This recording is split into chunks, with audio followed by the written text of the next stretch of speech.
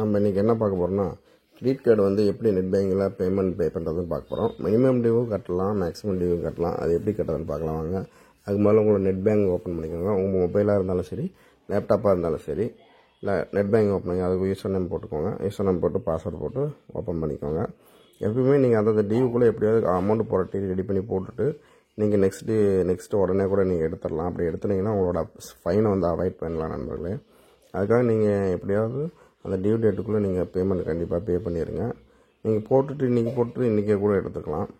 அது ஒன்றும் பிரச்சனை இல்லை. ஆனால் நீங்கள் அவங்க சொல்கிற பேமெண்ட் போட்டால் போதும். வாங்க உள்ளே வந்து லாகின் பண்ணியாச்சு.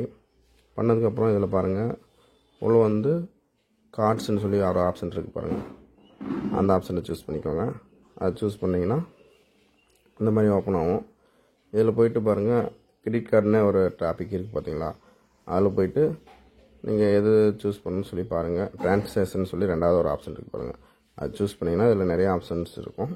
அதில் வந்து நம்ம கிரெடிட் கார்டு பேமெண்ட் தான் பார்க்க போகிறோம். அது கிரெடிட் கார்டு பேமெண்ட் சூஸ் பண்ணிட்டு உங்களோட அக்கௌண்ட் நம்பர் சூஸ் பண்ணுற மாதிரி இருக்கும். இந்த கிரெடிட் கார்டு இருக்குது பார்த்தீங்களா, அது வந்து உங்களோட எந்த கிரெடிட் கார்டு ஒருத்தர் 2 வச்சுருப்பாங்க, ஒருத்தர் வேறு கிரெடிட் கார்டு கூட இதுலேயே ஆட் பண்ணி வச்சுருப்பாங்க. நீங்கள் உங்களோட கிரெடிட் கார்டு ஆட் பண்ணி வச்சுருந்தீங்கன்னா அது கொடுத்துட்டு இதில் வந்து செலக்ட் டைப்பு, உங்களோட அக்கௌண்ட் நம்பர் எந்த அக்கௌண்ட்லேருந்து பணம் எடுக்கணும்னு சொல்லி கேட்கும். அது வந்து ஃபஸ்ட்டு வந்து உங்களோட அக்கௌண்ட் நம்பர் சூஸ் பண்ணிக்கோங்க. சூஸ் பண்ணிட்டு நெக்ஸ்ட்டு வந்து உங்களோட கார்டு எந்த கார்டுன்னு சொல்லி டீட்டெயில் கேட்கும். அந்த கார்டு வந்து நீங்கள் கரெக்டாக சூஸ் பண்ணிக்கோங்க.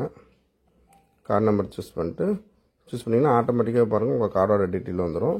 உங்களோட லாஸ்ட்டு அவுட்ஸ்டாண்டிங் எவ்வளோ, மினிமம் டியூ எவ்வளோ, அதர் அமௌண்ட், அதாவது நீங்கள் அந்த அவுட்ஸ்டாண்டிங் தான் கட்டணுன்ற அவசியம் இல்லை. உங்களுக்கு கொஞ்சம் கம்மியாக இருந்தால் கூட நீங்கள் கட்டலாம், கொஞ்சம் கொஞ்சமாக கூட கட்டிக்கலாம்.